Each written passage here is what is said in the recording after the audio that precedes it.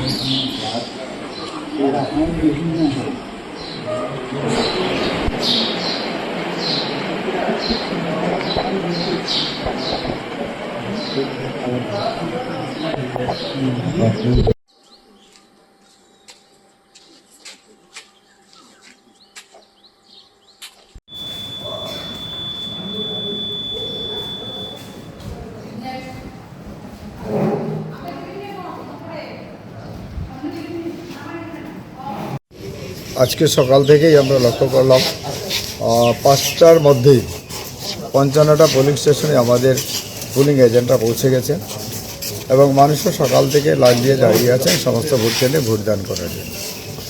আমরা যে জিনিসটা বলেছিলাম, আমাদের রাজ্যের মাননীয় মুখ্যমন্ত্রী প্রফেসর ডক্টর মানিক সাহা এবং আমাদের রাজ্যের মাননীয় প্রদেশ সভাপতি তথা সাংসদ রাজীব ভট্টাচার্য মহোদয় যে কথাটা বলেছিলেন যে এইবার এই 56 ধর্মনগর বিধানসভা কেন্দ্রের উপনির্বাচন আমাদের বিরোধী দল যারা রয়েছেন সিপিএম কংগ্রেসদের জামানত জব্দ হতে চলেছে, তার প্রমাণ আমরা সকালই পেয়ে গেলাম।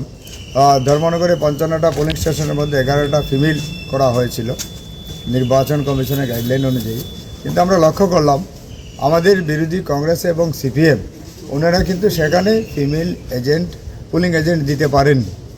কাজেই প্রথম ধাপেই বলবো ওনারা প্রথম ধাপে অনেকখানি পিছিয়ে গেলেন। তারপরে আমরা দেখলাম বিভিন্ন জায়গায় যেমন সোনারু বাসাতে একদম দুষ্কৃতিকারীকে আমাদের বিরোধী দলের ওনারা পোলিং এজেন্ট করেছেন। এরকম বিভিন্ন জায়গায় এইভাবে কোনো জায়গায় এমন হয়েছে যে ওনাদের অন্য পোলিং স্টেশন থেকে পোলিং এজেন্ট এনে দিয়েছেন, এই সেম স্টেশনে ওনাদের লোক নেই। কাজেই বন্ধুগণ, ত্রিপুরা রাজ্যের মানুষ এবং আমাদের ধর্মনগরের মানুষ ওনারা এইবার নির্বাচনে প্রমাণ করে দেবেন এবং বিগত দিনে এটা করেছেন যে ধর্মনগরের মাটি বিজেপির ঘাঁটি এবং মানুষ ডেভেলপমেন্টের সঙ্গে থাকতে চায়।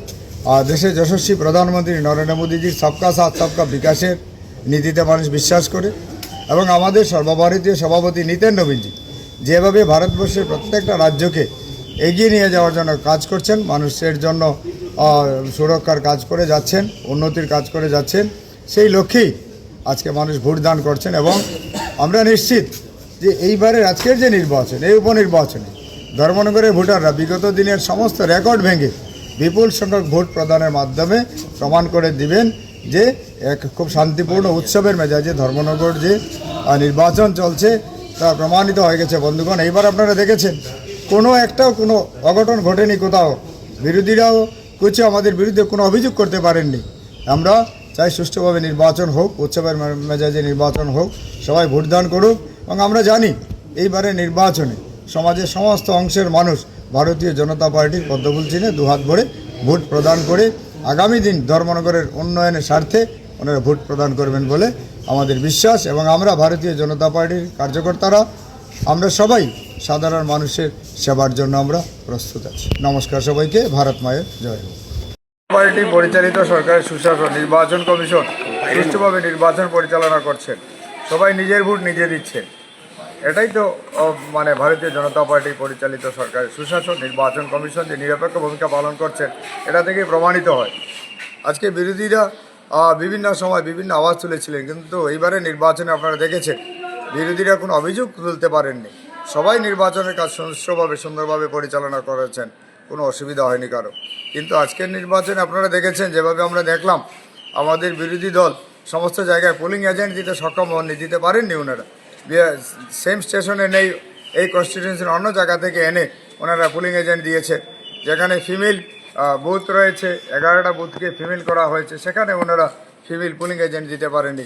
তার থেকেই প্রমাণিত হয় যে বিরোধীরা শুধু নির্বাচনের সময় ওনারা এসে ভোট যুদ্ধে অবতীর্ণ হন, বাকি সময় যে ওনারা যে সাধারণ জনগণের পাশে থাকেন না, ভোটারদের যে পাশে থাকেন না, এটাই সব থেকে বড় প্রমাণ। এটা প্রমাণিত হলো, আবার বারবার প্রমাণিত হচ্ছে আমাদের ত্রিপুরা রাজ্যে, সমগ্র ভারতবর্ষে। কিন্তু আজকের এই উপনির্বাচনটা আবার প্রমাণিত হলো যে বিরোধীদের সঙ্গে সাধারণ ভোটার, সাধারণ জনগণ, সাধারণ পাবলিক ওনাদের সঙ্গে নেই, এটা প্রমাণ পেয়ে গেলাম। নমস্কার সবাইকে। ভারত আমাদের মায়ের পরিবেশিত এই সংবাদটি দেখার জন্য ধন্যবাদ। চিনি কক্তমা নাইমা বাগুই বেলাই হাম্বাই। ये न्यूज़ कंटेंट देखने के लिए शुक्रिया। अगर आपका कोई सुझाव है तो हमें कमेंट कीजिए, सब्सक्राइब कीजिए AGT Live 24/7। Thanks for watching AGT Live 24/7.